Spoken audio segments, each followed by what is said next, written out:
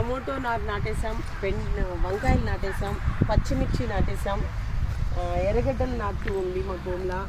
మేము బెండకాయలు పెద్ద పెద్దవి ఎర్ర బెండకాయలు ఆ విత్తనాన్ని సేకరించి దాన్ని నాటుతున్నాం. ఇంకా గోడు చిక్కుడుకాయి అవి నాటాలి. అండ్ పెద్ద చిక్కుడు, ఇంకా కొన్ని అలసందులు అవి కూడా నాటేసాను ఈ సందులోనే. ఈరోజు అయితే నాకు తెలిసి పని బ్రహ్మాండం జరిగింది. అలాగే చెరుగు తోట కూడా తవ్వడం ఆల్మోస్ట్ 90% అయిపోయింది. మేమైతే బ్లాక్ అయిపోయినాం.